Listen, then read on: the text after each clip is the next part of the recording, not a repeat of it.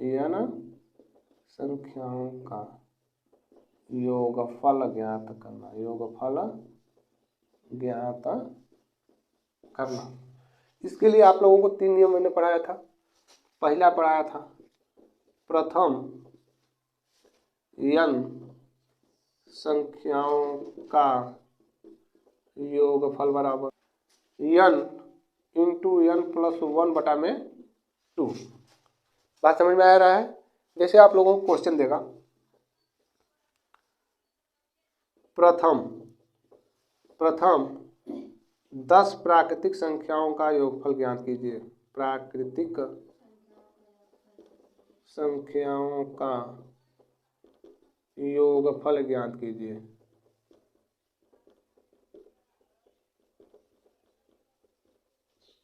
ठीक, प्रथम 10 प्राकृतिक संख्याओं का योगफल ज्ञात कीजिए। तो इसका मतलब क्या है? इसका मतलब ये है, हम प्राकृतिक संख्या जानते हैं 1 से शुरू होती है ना। अभी हम लोग पढ़े ना प्राकृतिक संख्या किसे कहते हैं। इसका मतलब है 1 2 3 4 5 6 7 8 9 और 10, इसे जोड़ के लिखना है।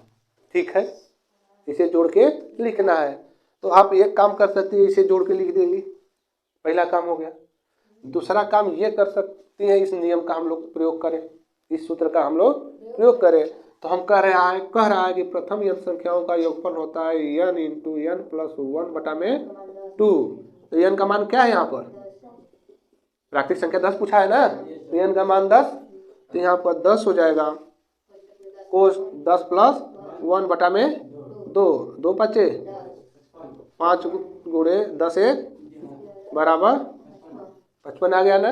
अब ऐसे भी जोड़ोगे तो 55 आ जाएगा। देखो 2 1 3 3 6 4 10 5 15 6 21 7 28 8 36 36 9 45 45 10 आ गया कि नहीं आ गया?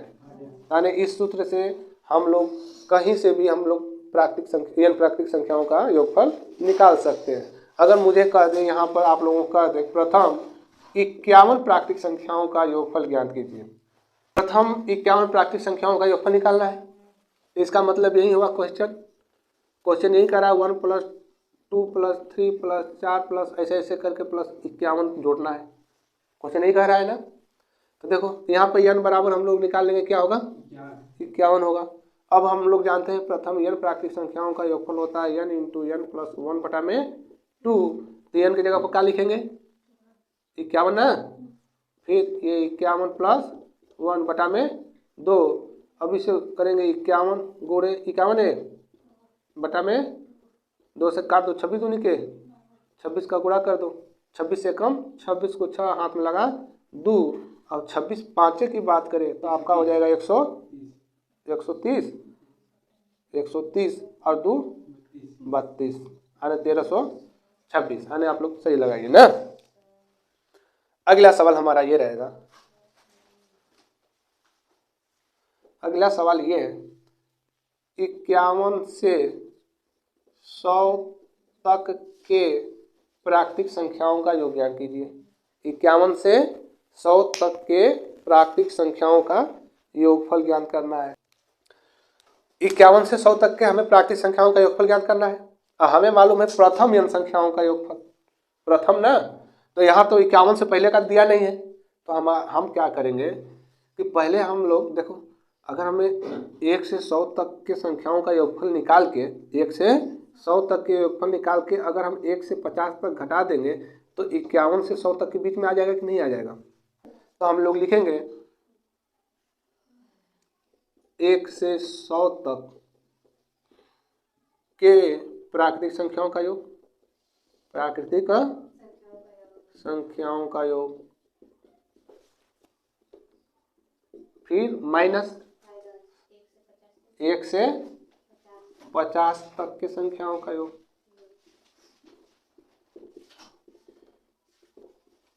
होगा कि नहीं होगा?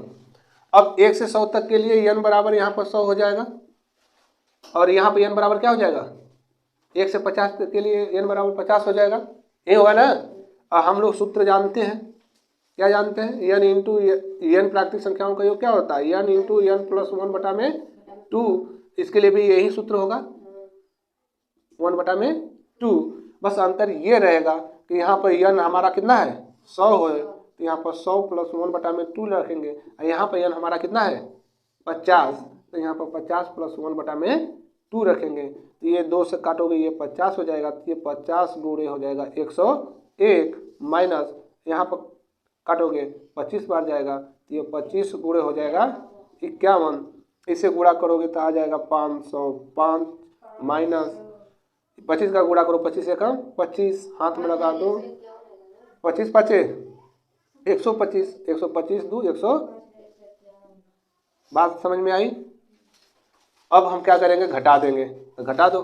0 में से 5 गया 5, और यहाँ 14 में से 7 गया 7, और यहाँ बचा 9, 9 में से 2 गया 7, और 4 में से 1 गया 37 75। दूसरा हमारा है प्रथम n प्राकृतिक संख्याओं के वर्गों का योगफल। ठीक, प्रथम n प्राकृतिक संख्याओं के वर्गों का योगफल। इसका सूत्र होता है n × n + 1 × 2n + 1/6। बात समझ में आ रही है। जैसे आप लोगों से कोई क्वेश्चन कर दे, प्रथम 10 प्राकृतिक संख्याओं के वर्गों का योगफल ज्ञात कीजिए। इसका मतलब क्या हुआ, प्रथम 10 प्राकृतिक संख्याओं के वर्गों का योगफल, यानी 1 square + 2 square + 3 square + 4 square + 5 square, ऐसे ऐसे करके 10 स्क्वायर का योग ज्ञात करना है। यही करना है ना, मतलब यही है। ठीक है, तो हम लोग या तो हम लोग ऐसे लिखें, वर्ग लिख के हम लोग जोड़ दें ना। देखो 5 square 6 square 7 square 8 square + 9 square, यही करना है। तो या तो हमारा काम ऐसे लिख दें 1 + 4 + 9 + 16 + 25 + 36 + 49 + 64 + 81 प्लस ऐसे जोड़ के लिख दें। या तो हम नियम का प्रयोग करें। नियम कह रहा है प्रथम n प्राकृतिक संख्याओं के वर्गों का योग क्या होता है, n × n + 1 × 2n + 1/6। यहाँ पर n बराबर क्या हो जाएगा, n बराबर 10 हो जाएगा। तो n की जगह पर हम 10 लिख देंगे। 10 10 + 1 10 गुणे नहीं 2 गुणे 10 ना, 2 गुणे 10 + 1/6, 10 गुणे 11 गुणे क्या हो जाएगा 10 दूनी के 20 1/6। 2 से काटेंगे 2 × 5 = 10, 2 × 3 7 11 × 5 55 गुणे 7 7 × 5 हाथ में लगा 3 7 × 5 35 3 यानी 350। अब यहाँ पर क्वेश्चन आप लोगों का प्रथम 10 न देके कह दे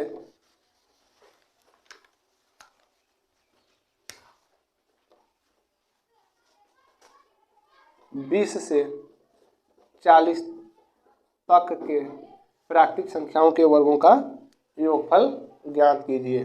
20 से 40 तक के प्राकृतिक संख्याओं का योगफल ज्ञात करने के लिए कह दे। सवाल बनेगा ना इसे। तो इसके लिए हम क्या करेंगे, पहली बात हम लोग 1 से 40 तक का निकालेंगे और उसमें से 119 घटा देंगे तो 20 से 40 आ जाएगा कि नहीं आ जाएगा। तो वही करेंगे 1 से 40 तक के प्राकृतिक हल करेंगे ना, प्राकृतिक संख्याओं के वर्गों का योगफल हो जाएगा। संख्याओं के वर्गों का योगफल माइनस 1 से 19 तक के ना संख्याओं के वर्गों का योगफल, यही होगा ना फल। अब देखो तो यहाँ पर n बराबर हमारा कितना हो जाएगा 40 और यहाँ पर n बराबर हो जाएगा 19 ना। तो हम वर्गों के योगफल का सूत्र जानते हैं, n into N plus 1 into 2n plus 1 बटा में 6।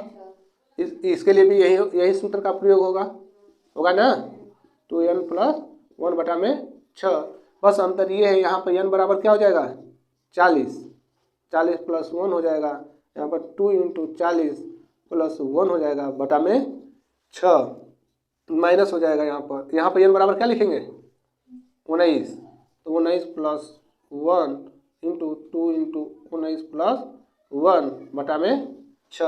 अब लगा डालो, ये हो जाएगा 40 गुणे 40 एक गुणे 40 दूनी के 80 एक 81 बटा में होगा ना, फिर माइनस 19 गुणे 20 ना, गुणे 19 दूनी के 38 एक 39 बटा में 6।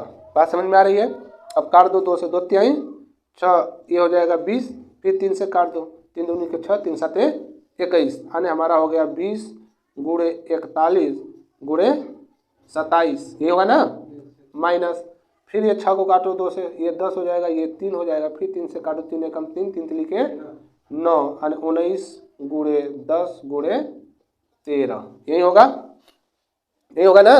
अब 20 का गुणा कर दो, 27 में करते हैं, 27 दूनी के 54, 540 गुणे 41 हो जाएगा, माइनस 190 गुणे 13 हो जाएगा। अब 540 में 41 का गुणा करो, 41 0 0, और 4 बार गुणा करोगे तो 161 आएगा, एक हाथ में लगा 16, और 41 पाँचे की बात करोगे तो 205 और 16 कितना हो जाएगा 1 2 221, 200 कितना हो जाएगा 21, कितने आएगा ना, माइनस 13 गुणा करो, 13 0 0 0, और 13 नमा 117 को 7 हाथ में लगा 11, और 13 कम 13 और 11 हो जाएगा 24। अब घटा दो, क्या घटाना है 22 140 माइनस 24 70, 0 में 0, 14 में 7, 10 में 6, और यहाँ बचा आपका 1 9 1 19 670। बात समझ में आई। यानी 20 से 40 तक के प्राकृतिक संख्याओं के वर्गों का योगफल कितना होगा 19,670। अब हम लोग तीसरा नियम पढ़ेंगे। प्रथम n प्राकृतिक संख्याओं के घनों का योगफल, ठीक। इसके सूत्र की बात करेंगे तो इसका सूत्र होता है n इंटू n प्लस 1 बटा में 2 का होल स्क्वायर। बात समझ में आ रही है। इसका सूत्र यही होता है। जैसे अगर क्वेश्चन की बात करें, कहेगा प्रथम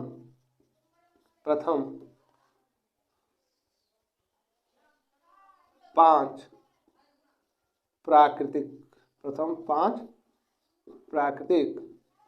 संख्याओं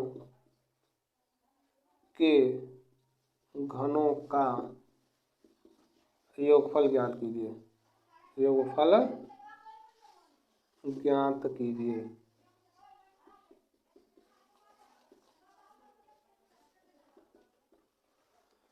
प्रथम 5 प्राकृतिक संख्याओं के घनों का योगफल ज्ञात कीजिए। इसका मतलब क्या, क्वेश्चन आपको ये कह रहा है कि 1 cube plus 2 cube plus 3 cube plus 4 cube plus 5 cube बराबर का होगा, यही कह रहा है।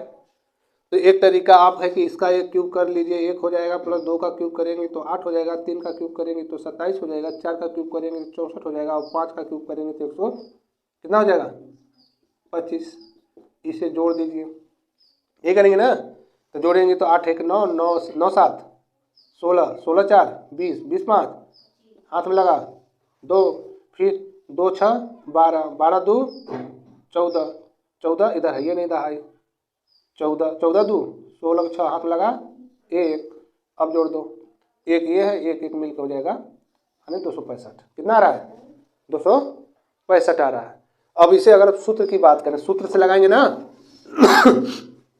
तो अगर हम सूत्र की बात करें तो हम लोग जानते हैं सूत्र है हमारा n इंटू n प्लस 1 बटा में 2 का होल स्क्वायर, यही है ना। अगर n की बात करें तो n हमारा कितना दे रखा है, 5 दिया ना, 5 लिख देंगे, n बराबर 5।